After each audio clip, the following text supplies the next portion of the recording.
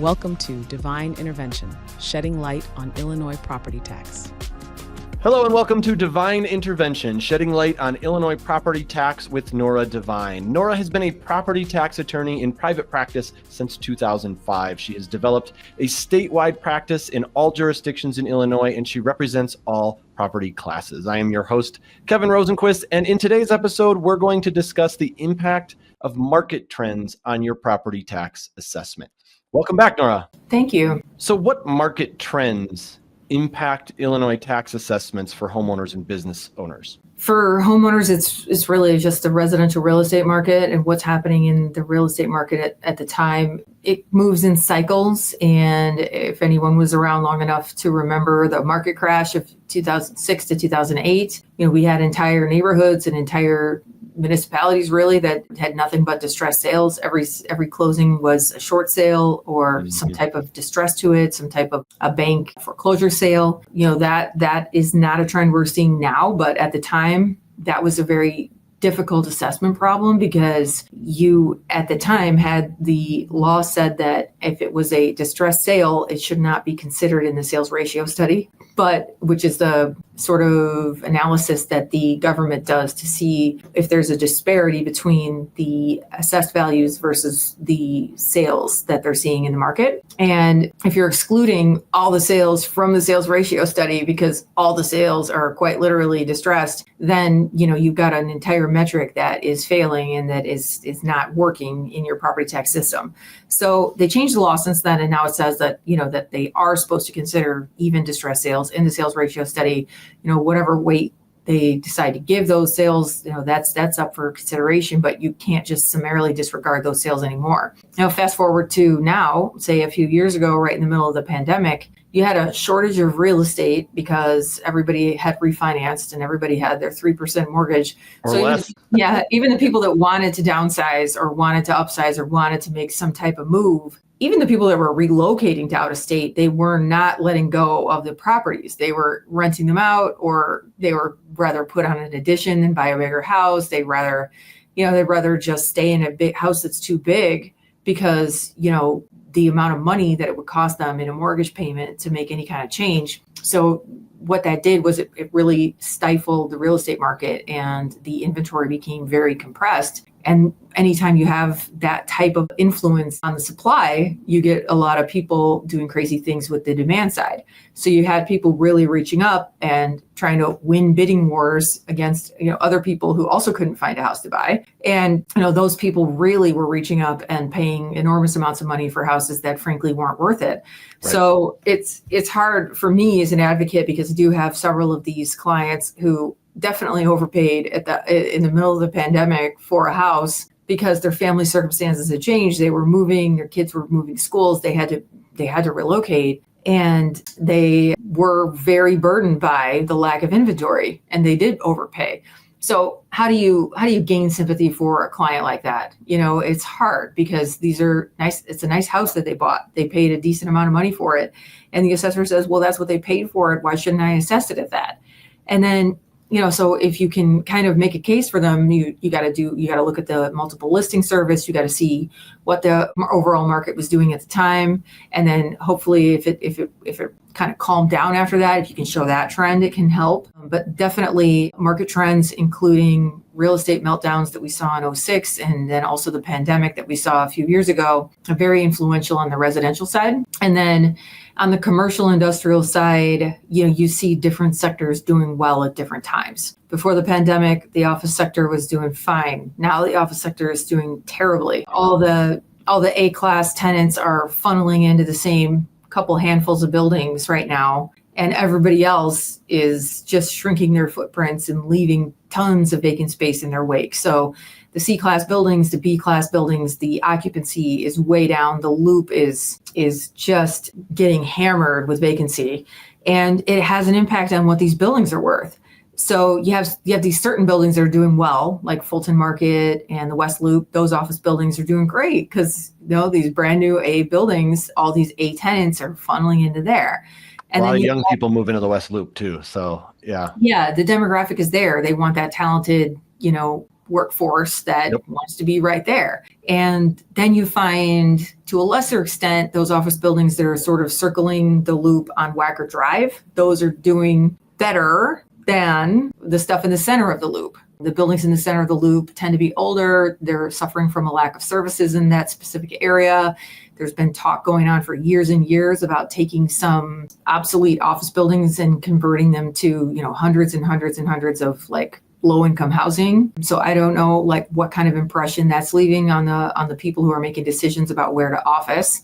But it seems like the A tenants are kind of headed toward Fulton Market, also West Loop, and also just to that general ring on Wacker Drive from like the Sears Tower up and then over to the east. There's a lot of buildings on Wacker Drive itself that are doing okay with occupancy. And then if you look further in the loop, more in the central business district, there's not a good story to tell about those. So when you look at what an office building will sell for on a per square foot basis, it's really going to be tied very tightly to the occupancy rate as well as the amount of rents that they're able to command. So the A-class buildings that have high occupancy, you're going to see a couple of those sell, and you're going to see them sell at high values per square foot. But it would be wrong to take that sale and extrapolate it and apply that value to every single building in the loop, because the vast majority of the buildings in the loop are doing nowhere near that well.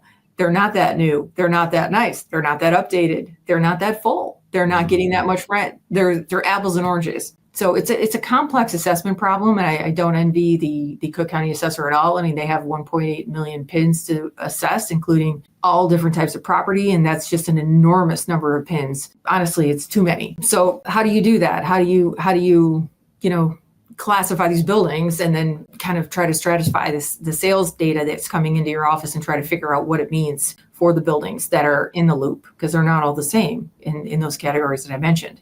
Right. Industrial's going crazy, industrial trend, it's crazy. They're just building massive warehouses, distribution centers on spec sometimes, many times. And they're finding users to go in there and pay lots of rent to be in there. And in DuPage, nearer to the airport, there was such a dearth of available development sites that there was one industrial developer that was targeting an unincorporated area in one of the towns and was buying up houses that were in unincorporated township area and trying to assemble land that way to build an industrial distribution center there. So the industrial sector is strong and maybe softening according to some. The office sector is not good. I mean, people are definitely working from home, and most people are shrinking their footprints in the office and trying to not even give people dedicated offices anymore. So it's like you bring in your backpack, like your little family picture and your coffee mug, and then you put it on a different desk every time you come to the office because you don't have your own office anymore. And next to your beanbag chair. You sign up for, you can't have your own beanbag chair. No. So, some of the law firms, the people that I know that are lawyers, I say, no way, we're not going in this direction. I need my own office. I need my husband's a lawyer as well. He's like, I need my bobblehead collection. I can't. Where else am I going to put it? My wife won't let me take it home. Bingo. And he's like, I'm not going to bring it in a suitcase every day. It's got to be in a stable place. So things are changing, and they're really pushing even lawyers and law firms in that direction where it's like, no, you're not going to have a dedicated office anymore. You're going to like come in and pick an office when you're in. And then there's other law firms that are very heavily pushing everyone back into the office 5 days a week. Yeah. So, that seems to be the trend. Like there's either one extreme or the other out there in business. We'll see how it shakes out. Yeah. I had to point out, I love that you said Sears Tower earlier. Oh, sorry. Yeah, I'm from here. My parents worked for Sears when I was growing up. Really? Yeah. I mean, I grew up on Sears Tower. I dressed in nothing but Sears attire. I did too, but that's just because that's where my parents shopped. So we got the 10% discount. So we were always in the Sears. What is it now? Is it Willis or is it something else now? I think it's Willis. I think it's still Willis. It's still Willis? Okay. Yeah. When you said it, at first I was like, I'm like, oh, wait a minute. Did it? Like, there's no way it went back. And the Macy's on State Street, I still call it Marshall Fields. Fields. Yeah. Sorry. Totally. I did too before I left. Yeah. My wife is a realtor and we're in Colorado now. So what you were talking about the pandemic and the post-pandemic and how people were overpaying, it was just bonkers. Like people were going crazy for properties and paying way, way too much for them. And yeah, Well, the thing that's annoying about these cycles is that I do remember the market meltdown. And I remember very much like begging the assessors to recognize and realize that these low sale prices were the market, and please assess it at this low sales price because it's obviously the market. Right. And they were like, no, that's distressed. You know what I mean? And now we have undue influence in the other direction where people are overpaying. Right. And the assessing officials don't need any convincing whatsoever that sale is completely indicative of market value. Absolutely. And it's like, but wait a minute, if it was, undue influence causing, it to be on the low end, you'd be like, no, undue influence. But when it's undue influence causing it to be on the high end, then you're like, nope, good sale. Let's just, take the value right up to that sale. Yep. And so that's my biggest frustration after doing this work for 20 years. That is the number one frustration that I have, that it's, all sales are good if it means I can raise it. And all sales are not good if it means I have to lower it. And and I don't know where that comes from, because I think at the heart of it, we're all supposed to be hoping for an assessment that's fair and that indicates, what the true market value is of the property. Absolutely. I think most of us, we're not trying to pull a fast one. We want fair analysis. We want a fair price, fair amount. Right. If a homeowner believes that their property tax assessment is not reflecting current market trends, what do you recommend they do? Well, there's some self-help that can be done. I mean, you can go and ask for your property record card, because sometimes there is an error, such as a square footage error, or maybe you have vaulted ceilings in your foyer and they don't know that. So they're charging you for a bunch of extra square footage that you don't actually have, because you actually just had this high ceiling in your entryway. You know what I mean? Like, and they're charging you as though you have an extra bedroom, like in terms of square footage. So I've seen that. That's pretty simple. Maybe they're charging you for a finished basement. You don't have a finished basement. Maybe, they got other errors on the card that could be corrected. That's a very simple thing to do. You can do that yourself. You can go ask them for a copy of the card. If you can't read it, how the sketch is written, you can ask them to show you. And the other thing you can do is, if you did buy your property recently and the sales price is lower than the market value that the assessor has, you can bring your closing statement to them and see if they'll work with you or not. But, if the sale price is lower than the market value for assessment purposes, a substantial percentage of the assessing officials would try to find something wrong with the sale and say, well, this isn't, necessarily a good sale. It was only on the market for, 5 days. So that means you underpriced it, or you didn't have a broker. And because you didn't have a broker, then that means that this sale should be disregarded. So a substantial percentage of the assessing officials will actually say that to you. So that's when you probably need help, because that's one of those cases that won't get resolved by just trying to work it out with the assessing official. You'll probably have to see what the Board of Review thinks. And in a lot of places, the Board of Review is very kind of cozy with the assessor and won't make changes unless the assessor is on board with making a change. So then that's why we have something called the Illinois Property Tax Appeal Board. And that's independent, 5 board members independently appointed by the governor. And they're based in Springfield, and they go around to the different county seats in Illinois hearing appeals. And that's when you can really get a very impartial review of whatever happened with the assessment. And so those are the options that are available for homeowners. For commercial property in Cook County, we file quite a few specific objection complaints. There's about 7,500 of them filed per year by all the law firms. Well, actually, I don't even know what the number is right now. I haven't checked in a few years, but it was around there for several years in a row. And for that, you have to make sure the taxes are timely paid, which means they have to be paid within 65 days of the due date. And then you have to file the complaint, like I think it's 165 days after the due date, the second installment due date. And then there's a whole court procedure that goes forward, and eventually you hopefully get it worked out. So yeah, there's a lot of due process in the property tax system in Illinois, which is great for taxpayers. In other states, it's not true. I think maybe once a month, somebody reaches out to me and asks me if I can help them in Wisconsin, or if I know anybody that I can refer them to in Wisconsin. And I do have a good friend who was practicing in Wisconsin, trying to do property tax work there. And, in her honest assessment after working on several cases up there, she just said, unless there's like $60,000 at stake, it's not worth getting a lawyer involved, because the way that their property tax system is set up, it's like if the taxpayer doesn't like it, like too bad. They don't, there's not a lot that can be done. And as soon as you do complain about the assessment, the government side can bury you in all kinds of litigation expenses and tactics, and it's a totally different system.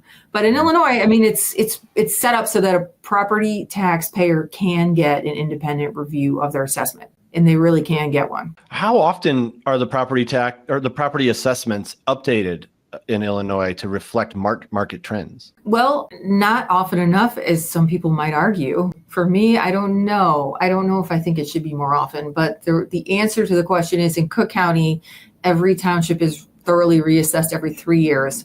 And outside of Cook County, every township is thoroughly reassessed every 4 years. Oh, wow. And most of the counties... That does seem long to me. It does. Things change fast. Especially in light of how fast information moves these days. Yeah, totally. Yeah, because I mean, at the beginning of the market meltdown, at the height of the market, 2005, 2006, where everybody was getting a 100% loan to value ratio mortgage and 105% loan to value ratio mortgage, like they had crazy credits on there, $25,000 kitchen credit. Like, what is that? Mm-hmm. So, I mean, I remember those heydays. I was a real estate paralegal at the time. And then we had that meltdown. And, what was the value difference from the height of the market to couple of years after the market crashed? It was a very substantial difference. And same thing with COVID. I mean, if you look at the property values as of January 1st, 2020, which was 3 months before the shutdown, and you look at it 3 years later, I mean, we're talking property values doubled in some places,